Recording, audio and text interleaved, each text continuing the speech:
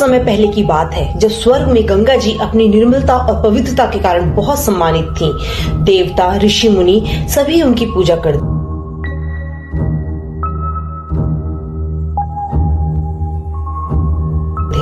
धीरे धीरे गंगा जी को लगने लगा कि वे ही सबसे पवित्र और शक्तिशाली हैं। उनके मन में हल्का सा अहंकार आ गया कि मेरे बिना यह संसार अधूरा है। उधर भगवान शिव कैलाश पर्वत पर गहरी तपस्या कर रहे थे। गंगा जी को यह देखकर आश्चर्य हुआ कि शिव जी इतनी गहरी साधना क्यों कर रहे हैं। उनके मन में जिज्ञासा हुई और वे शिव जी के पास पहुंच गईं।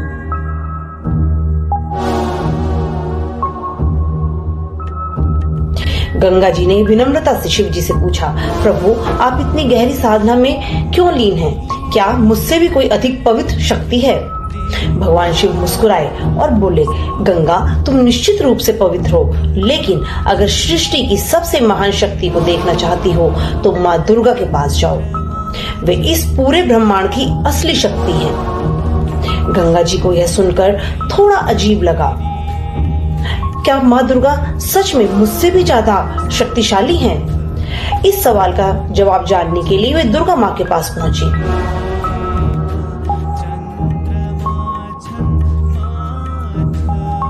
गंगा जी माँ दुर्गा के पास गईं और पूछा, माँ शिव जी ने कहा है कि आप इस सृष्टि की सबसे बड़ी शक्ति हैं, क्या यह सच है? माँ दुर्गा मुस्कुराई और बड़े प्रेम से बोली, बेटी तुम्हारी पवित्रता और निर्मलता भी मेरी ही शक्ति का एक रूप है, लेकिन सच्ची शक्ति केवल सम्मान से नहीं बल्कि सेवा और त्याग से मिलती है।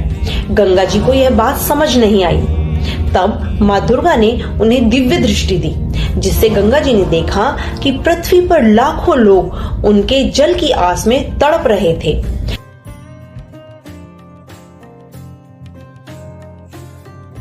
वे गंगा की पवित्र धारा से अपने पापों को धोना चाहते थे, लेकिन गंगा जी को ये चिंता थी कि अगर मैं पृथ्वी पर जाऊंगी तो मेरी पवित्रता कैसे बनी रहेगी। माँ दुर्गा ने समझाया, जो दूसरों के लिए बहता है वही सबसे महान होता है।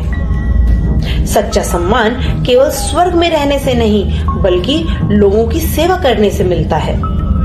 अब गंगा जी को समझ आया कि उनका असली उद्देश्य सिर्फ स्वर्ग में बहना नहीं बल्कि धरती पर रह रहे लोगों की मदद करना था। लेकिन एक समस्या थी, उनकी जलधारा इतनी तेज थी कि अगर वे सीधे धरती पर आ जाती तो धरती फट जाती। तब माँ दुर्गा के कहने पर गंगा जी ने भगवान शिव जी की जटाओं में उतरने का फैसला किया।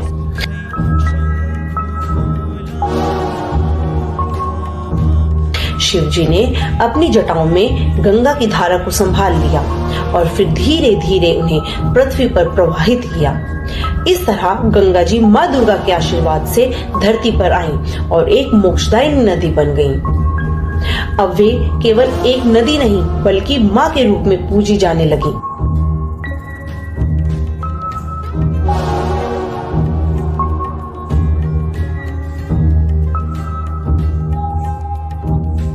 अब गंगा जी को एहसास हो गया कि सच्ची महानता सिर्फ सम्मान पाने में नहीं बल्कि सेवा करने में है।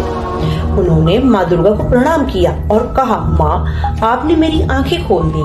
अब मैं समझ गई हूँ कि असली शक्ति सेवा, प्रेम और त्याग में है। माँ दुर्गा ने उन्हें आशीर्वाद दिया और कहा, अब तुम सिर्फ जलधारा नहीं बल्कि मोक्षदायिनी गंगा कहलाओगी। तुम्हारे जल से लोग अपने पापों को धोकर मोक्ष प्राप्त कर सकेंगे। गंगा जी ने माँ दुर्गा के चरणों में सिर झुकाया और अपने अहंकार को त्याग कर सच्ची सेवा का मार्ग अपनाया। जय माँ दुर्गा, जय गंगा मैया।